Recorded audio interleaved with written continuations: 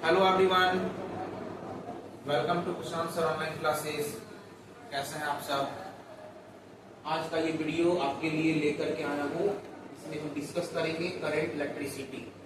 Class 12 का physics का ये यूनिट बहुत ही इम्पोर्टेंट होता है, चाहे वो बच्चा किसी भी बोर्ड से हो या वो किसी भी कॉम्पिटिटिव एग्जाम की तैयारी कर रहा हो, उसके लिए करंट इलेक्ट्रिसिटी बहुत ही इम्पोर्टेंट और बहुत ही हेल्पफुल टॉपिक होता है। ठीक है, करंट इलेक्ट्रिसिटी है क्या, इसको हम जानेंगे। और इस यूनिट से पहले हमने स्टैटिक इलेक्ट्रिसिटी भी पढ़ा है, इसको हम इलेक्ट्रोस्टैटिक के भी नाम से जानते हैं। उसमें हम लोग study of charge at rest पढ़े थे, चार्ज का स्टडी पढ़े थे, चार्ज के बारे में जाने थे। बट इलेक्ट्रोस्टैटिक में चार्ज में कोई मूवमेंट नहीं था। Study of charge at rest is called electrostatic.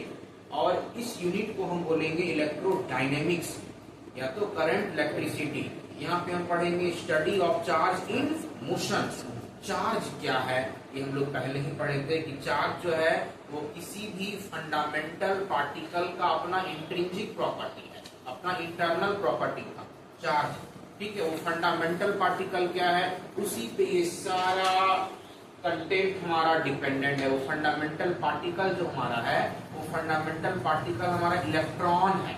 Electron पे चार्ज पाया जाता है। एक इलेक्ट्रॉन पे चार्ज होता है 1.6 इंटू 10⁻⁻19 कूलम। कूलम ये चार्ज का यूनिट होता है। ठीक है, तो एक इलेक्ट्रॉन, हालांकि ये नेगेटिव नेचर का होता है, इलेक्ट्रॉन का जो चार्ज होता है वो ये होता है -1.6 इंटू 10⁻⁻19 कूलम। अब ये इलेक्ट्रॉन क्या है, हम सारी चीजों को एक एक करके डिस्कस करेंगे और उसके बाद हम इस टॉपिक को अच्छे से क्लियर करेंगे। ठीक है, जूनियर क्लासेस से ही बच्चे पढ़ते आ रहे हैं कि दुनिया का कोई भी सब्सटेंस वो छोटे छोटे पार्टिकल से मिलकर बना होता है, जिसे एटम के नाम से जाना जाता है।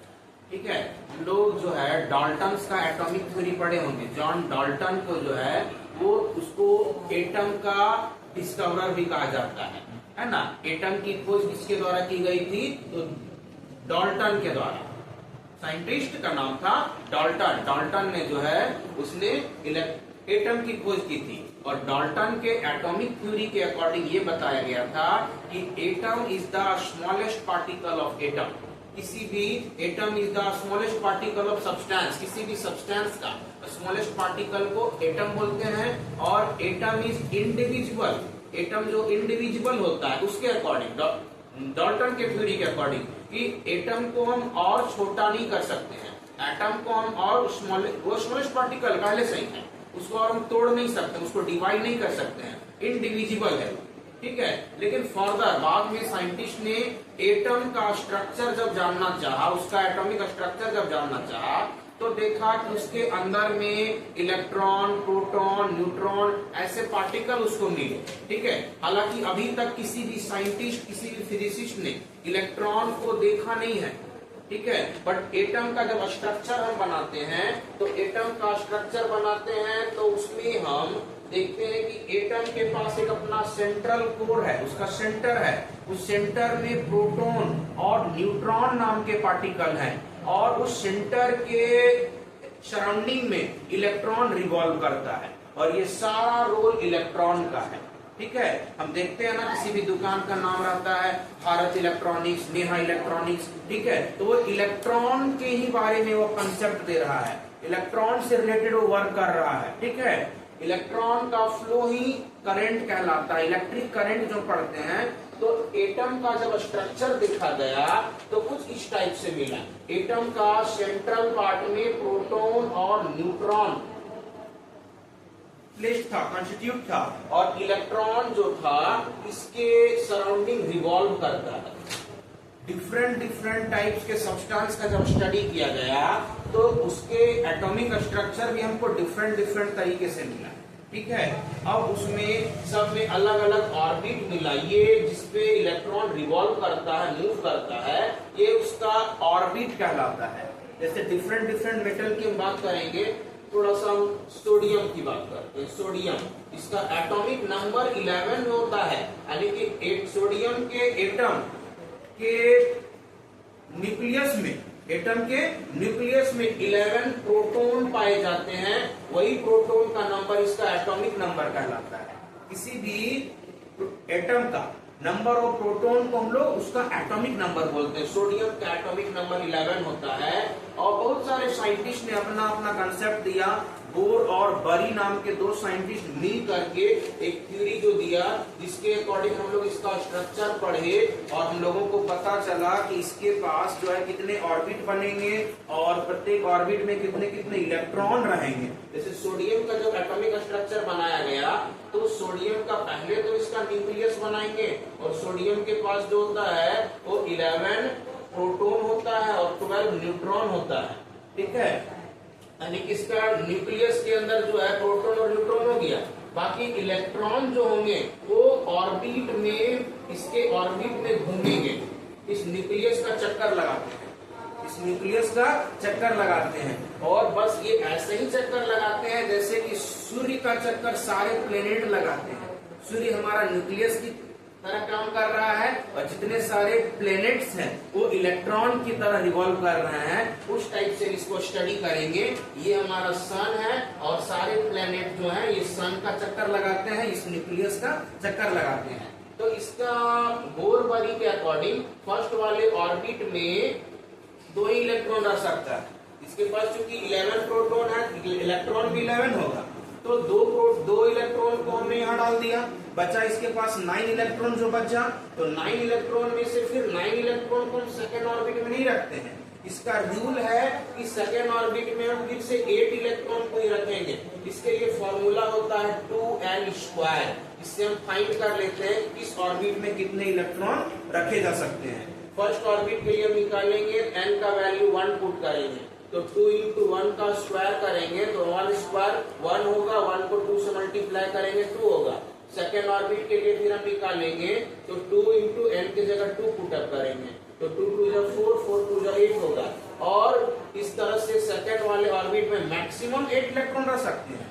8 से कम रखना पॉसिबल है बट 8 से ज्यादा नहीं रख सकते हैं। तो इसके 8 इलेक्ट्रॉन हैं सेकेंड ऑर्बिट में आ गए, सेकेंड ऑर्बिट में आ गए और 2 ऑर्बिट इसका 2 इलेक्ट्रॉन इसका फर्स्ट ऑर्बिट में था 2 और ये 8 इलेक्ट्रॉन यानी 10 इलेक्ट्रॉन इसका पूरा हो गया एक एटम में। एक इलेक्ट्रॉन को हम थर्ड ऑर्बिट में रखेंगे, थर्ड ऑर्बिट में रखेंगे एक इलेक्ट्रॉन, तो ये इलेक्ट्रॉन कहलाता है फ्री इलेक्ट्रॉन। इस इलेक्ट्रॉन को बोलते हैं फ्री इलेक्ट्रॉन। और बाकी सारे ये सब इलेक्ट्रॉन जो है वो न्यूक्लियस के साथ इसका बाउंडिंग जो है बहुत ज्यादा है, इसका फोर्स ऑफ अट्रैक्शन बहुत ज्यादा है। तो कोई भी हम लोग जो भी एक्सपेरिमेंट करेंगे, एक्टिविटी बनाएंगे, तो सारा एक्टिविटी में इस फ्री इलेक्ट्रॉन का ही रोल रहेगा। ठीक है, इस फ्री इलेक्ट्रॉन को ये मूव करवा सकते हैं, बाकी ये सब इलेक्ट्रॉन को मूव नहीं करवा सकते हैं। ये लूजली बाउंड होता है। फ्री इलेक्ट्रॉन जो होता है न्यूक्लियस के साथ ये लूजली बाउंड होता है और इसका जो है न्यूक्लियस के साथ फोर्स ऑफ अट्रैक्शन दूरी बढ़ने से भी कम होता है। इलेक्ट्रोस्टैटिक लेक्चर में हम लोग पढ़े थे कि दो चार्ज पार्टिकल के बीच में लगने वाला फोर्स इलेक्ट्रोस्टैटिक फोर्स कहलाता है। तो डिस्टेंस बढ़ने से इलेक्ट्रोस्टैटिक फोर्स घटता था। तो इनके बीच का प्रोटॉन के पास तो पॉजिटिव चार्ज है, न्यूट्रॉन तो चार्जलेस पार्टिकल होता है, तो ये पॉजिटिव चार्ज और ये नेगेटिव चार्ज है। इसके बीच में तो फोर्स ऑफ अट्रैक्शन लग रहा है ना, अपोजिट चार्ज है तो अट्रैक्टिव फोर्स लगेगा। लेकिन ये डिस्टेंस के दूरी बढ़ने के साथ इसके बीच का जो फोर्स है वो थोड़ा कम है इसके बीच के और इसके बीच के फोर्स के कंपैरिजन में। तो ये लूजली बाउंड इलेक्ट्रॉन हो गया, ये फ्रीली मूव कर सकता है। ठीक है, तो सारा स्टोरी जो लोग पढ़ेंगे वो इस फ्री इलेक्ट्रॉन को लेकर के पढ़ेंगे। ठीक है, आगे हम बात करते हैं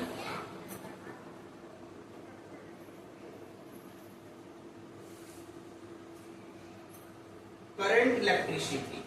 करंट इलेक्ट्रिसिटी फिजिक्स का वो ब्रांच है जिसमें हम study of charge in motion को सीखेंगे। ठीक है, करंट इलेक्ट्रिसिटी क्या है? Study of charges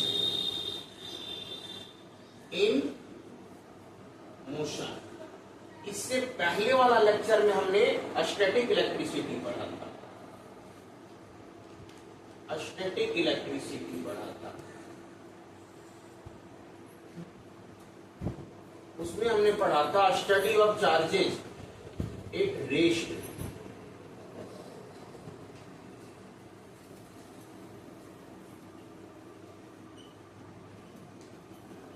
it is, ठीक है।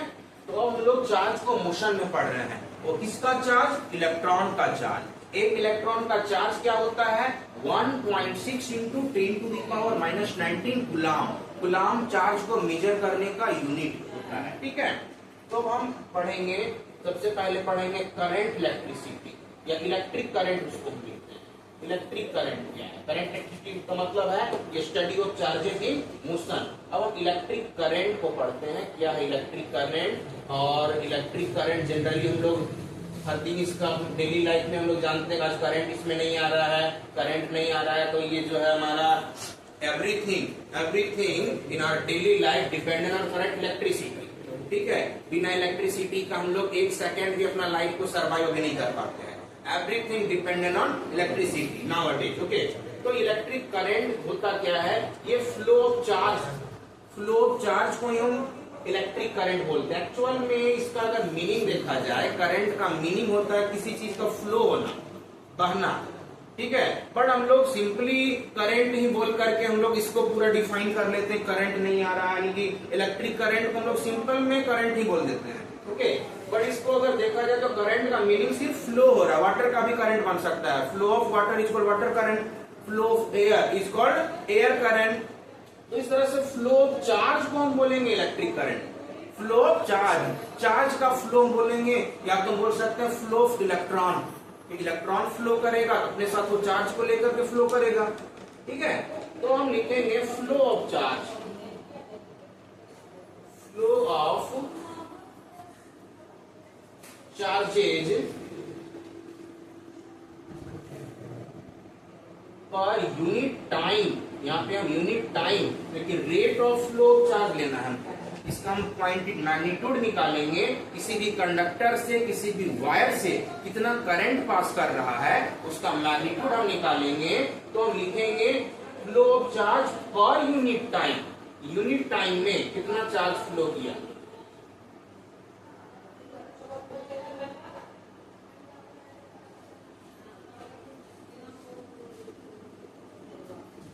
इलेक्ट्रिक करंट बोलेंगे, ठीक है। करंट को रिप्रेजेंट करने के लिए लेटर आई का यूज किया जाता है। आई क्या हमारा है? इलेक्ट्रिक करंट है। और अगर किसी भी कंडक्टर से क्यू चार्ज फ्लो हो रहा है और उस क्यू चार्ज को फ्लो होने में टी टाइम लग रहा है, इसको हम क्वांटिटेटिवली डिफाइन करेंगे। I is equal to Q by T.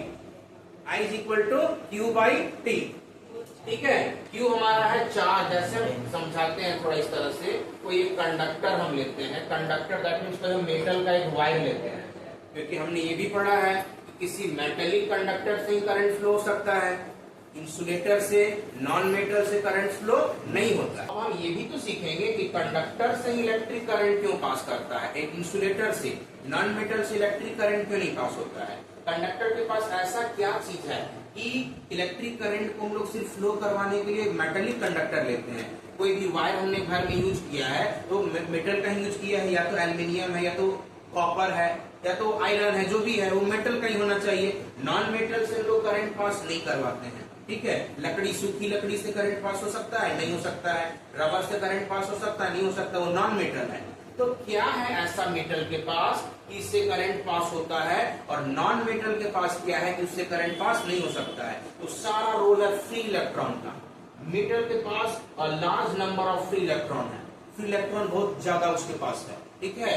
तो फ्री इलेक्ट्रॉन अब होता क्या है, अभी हमने एग्जांपल लिया था जस्ट इससे पहले सोडियम का। सोडियम का हमने अभी कॉन्फ़िगरेशन लिखा, तो फर्स्ट सेल में 2 इलेक्ट्रॉन रखा, उसके बाद वाले सेल में 8 इलेक्ट्रॉन रखा, और उसके बाद वाले सेल में फिर 1 इलेक्ट्रॉन रखा। तो यही 1 इलेक्ट्रॉन इसका फ्री इलेक्ट्रॉन था। तो एक एटम के पास 1 फ्री इलेक्ट्रॉन बना। एक एटम को छोटा पार्टिकल होता है, इतने सारे एटम, इतने सारे इसके पास फ्री इलेक्ट्रॉन आ गए, इसके पास बहुत सारे फ्री इलेक्ट्रॉन आ गए, सबके पास एक एक। ये फ्री इलेक्ट्रॉन फिर क्यों कहलाया? क्योंकि इसको अपना स्टेबिलिटी बनाने के लिए, स्टेबल होने के लिए इस इलेक्ट्रॉन को लूज करना पड़ेगा, ठीक है। और अगर हम कोई दूसरा एग्जांपल लेते हैं किसी नॉन मेटल के लिए, अगर हम लेते हैं, जैसे हम ले लेते हैं कोई भी नॉन मेटल ले लो, सोडियम ले लो, सोडियम तो लिए थे, नाइट्रोजन ले लो। नाइट्रोजन का एटॉमिक नंबर क्या होता है?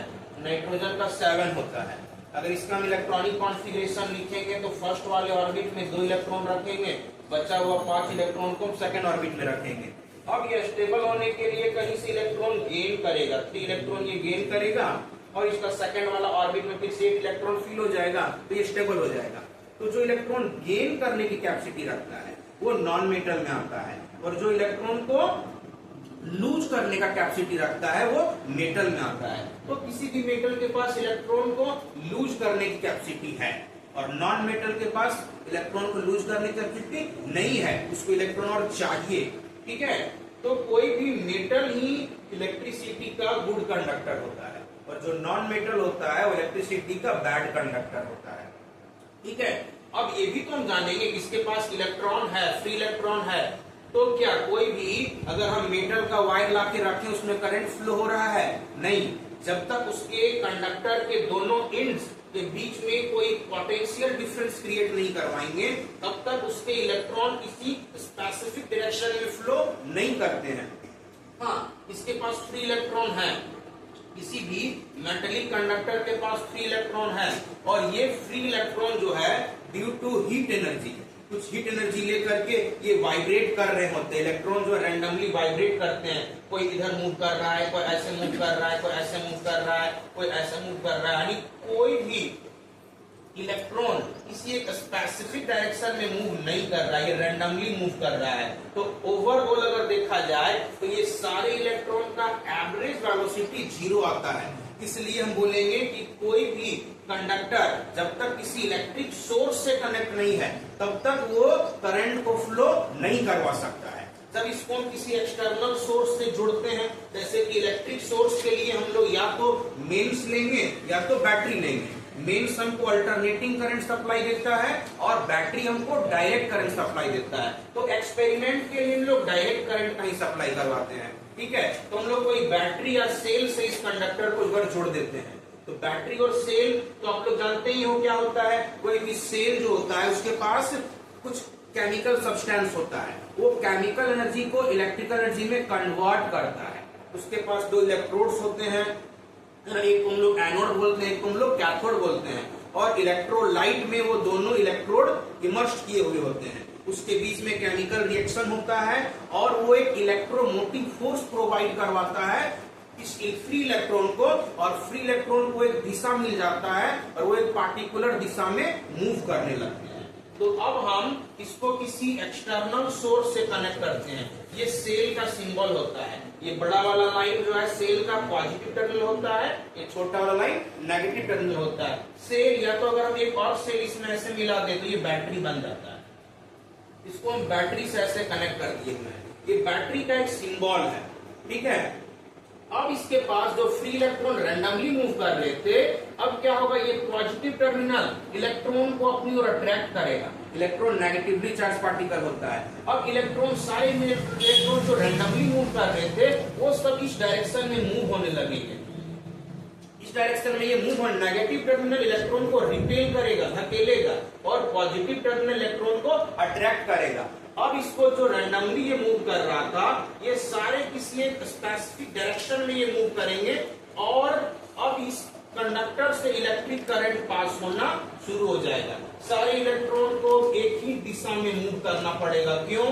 क्योंकि इसको एक्सटर्नल सोर्स से हमने कनेक्ट कर दिया है, जोड़ दिया है। अब सारे इलेक्ट्रॉन एक ही दिशा में मूव करना शुरू कर देंगे, और इलेक्ट्रॉन के पास क्या है, इतना इसका चार्ज है, ये चार्ज को कैरी करेंगे, और फ्लो ऑफ चार्ज को हम लोग करंट बोलते हैं। अब इस वायर से करंट पास होना शुरू हो जाएगा। ठीक है, ये इलेक्ट्रॉन का मूवमेंट जो होता है वो पॉजिटिव टर्मिनल की ओर होगा, इलेक्ट्रॉन का मूवमेंट, और इलेक्ट्रिक करंट का डायरेक्शन होता है पॉजिटिव टर्मिनल से नेगेटिव टर्मिनल की ओर। ये इलेक्ट्रिक करंट का डायरेक्शन होता है फ्लो ऑफ इलेक्ट्रॉन का जस्ट ऑपोजिट, जस्ट उल्टा। ठीक है, तो याद रखोगे।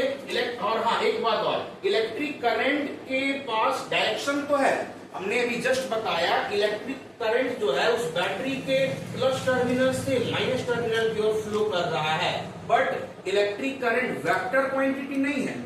हमने पहले ही पढ़ा है कि वेक्टर क्वांटिटी का मतलब होता है कि वैसा फिजिकल क्वांटिटी जिसके पास अपना क्वांटिटी हो, मैग्नीट्यूड हो, और उसके पास डायरेक्शन भी होता है, वो वेक्टर क्वांटिटी बन जाता है। इसके पास मैग्नीट्यूड है, डायरेक्शन भी है, बट ये स्केलर क्वांटिटी है। स्केलर क्वांटिटी क्यों है? क्योंकि इसको हम जब दो कोई करंट इस तरह से लेते हैं और ये दोनों करंट किसी एक वायर में फिर से कनेक्ट हो जाता है, अगर इस करंट को हमने 2 एम्पियर माना है, इसको 3 एम्पियर माना है, तो इस करंट में, इस वायर में हम 5 एम्पियर करंट सीधे लेते हैं और ये दोनों वायर के बीच क्या एंगल है ये यहाँ मैटर नहीं करता है, यानी ये एंगल डिपेंडेंट नहीं है, डायरेक्शन डिपेंडेंट नहीं है। That's why electric current is a scalar quantity. Electric current को मेजर करते हैं इस स्केल से, एम्पियर से। एम्पियर इसका एसआई यूनिट है। एसआई यूनिट जो है इलेक्ट्रिक करंट का वो एम्पियर होता है। वो एम्पियर जो होता है उस साइंटिस्ट का नाम था मैरी आंद्रे एम्पियर, ठीक है, जिन्होंने इसके बारे में स्टडी किया था। इसका यूनिट एम्पियर होता है, इसका सिंबल कैपिटल ए होता है, ठीक है। और अगर ऐसे हम देखें कि I is equal to Q by T, तो Q का यूनिट कूलम होता है और टाइम का यूनिट सेकेंड होता है। तो ये 1 एम्पियर करंट जो है वो 1 कूलम पर सेकेंड के इक्विवेलेंट है, ठीक है। ये एम्पियर जो है हमारा, एम्पियर एक छोटा मात्रा नहीं होता है, 1 एम्पियर करंट बहुत बड़ा। हम लोग जब भी फिजिक्स लैब में जाएंगे, प्रैक्टिकल करेंगे, डीसी करंट लेकर के काम करेंगे, तो हम लोग मैक्सिमम मिली एम्पियर या माइक्रो एम्पियर में वर्क करेंगे। 1 एम्पियर 1 कूलम चार्ज, ठीक है, एक इंड से दूसरे इंड तक पास होने में 1 सेकंड का अगर वो टाइम लिया तो उस टाइम हम बोलेंगे कि इसने 1 एम्पियर करंट, उस वायर से 1 एम्पियर करंट पास हुआ है। जैसे इसका अगर हम डिफाइन करेंगे, डिफाइन 1 एम्पियर करंट, तो बोलेंगे इफ 1, तो यहाँ पे हम सीधे लेंगे ना 1 एम्पियर करंट को 1 एम्पियर लेंगे, तो चार्ज को हम 1 कूलम लेंगे और टाइम को हम 1 सेकंड लेंगे। अगर बोलेंगे कि 1 सेकंड में 1 कूलम चार्ज पास किया, तो उस वायर से कितना एम्पियर करंट फ्लो किया? 1 एम्पियर करंट फ्लो किया। I hope you understood electric current, ठीक है। और इससे जुड़े चीजों को हम फिर नेक्स्ट वीडियो में और डिटेल से जानेंगे। अभी के लिए बस इतना ही। Thank you.